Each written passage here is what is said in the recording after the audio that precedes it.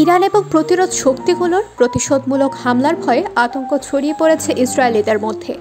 কিভাবে এই প্রতিশোধমূলক হামলা প্রতিহত করা যায় তা নিয়ে তারা সার্বক্ষণিক সতর্কাবস্থায় রয়েছে।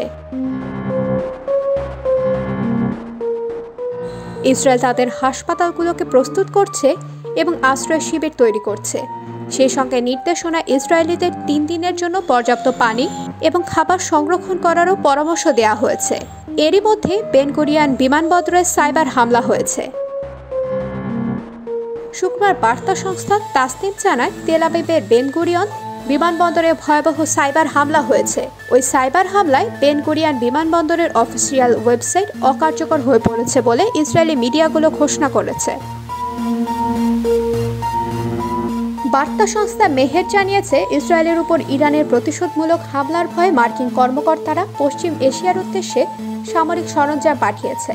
পরিচয় প্রকাশ না করার শর্তে এসব মার্কিন কর্মকর্তা জানান, ইসমাইল হানিয়ার হত্যাকাণ্ডের প্রতিশোধ নিতে ইরানের পাল্টা হামলার হুমকি মোকাবিলায় আমেরিকা প্রস্তুত রয়েছে এবং আরও বেশি যুদ্ধবিমান পশ্চিম এশিয়ায় পাঠাতে পারে।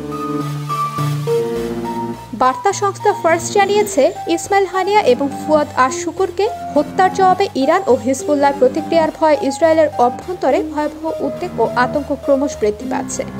ইহুদিবাদী শাসক গোষ্ঠীর নেতারা সম্ভাব্য আক্রমণের জন্য কিভাবে প্রস্তুতি নিতে হবে সে বিষয়ে নির্দেশনা দিয়ে যাচ্ছে।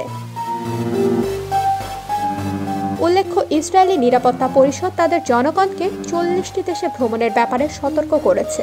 এমনকি অন্যান্য জায়গায় তাদের ইসরায়েলি বা ইহুদি পরিচয় গোপন রাখার মতো আরও সতর্কতামূলক ব্যবস্থা নিতে বলেছে।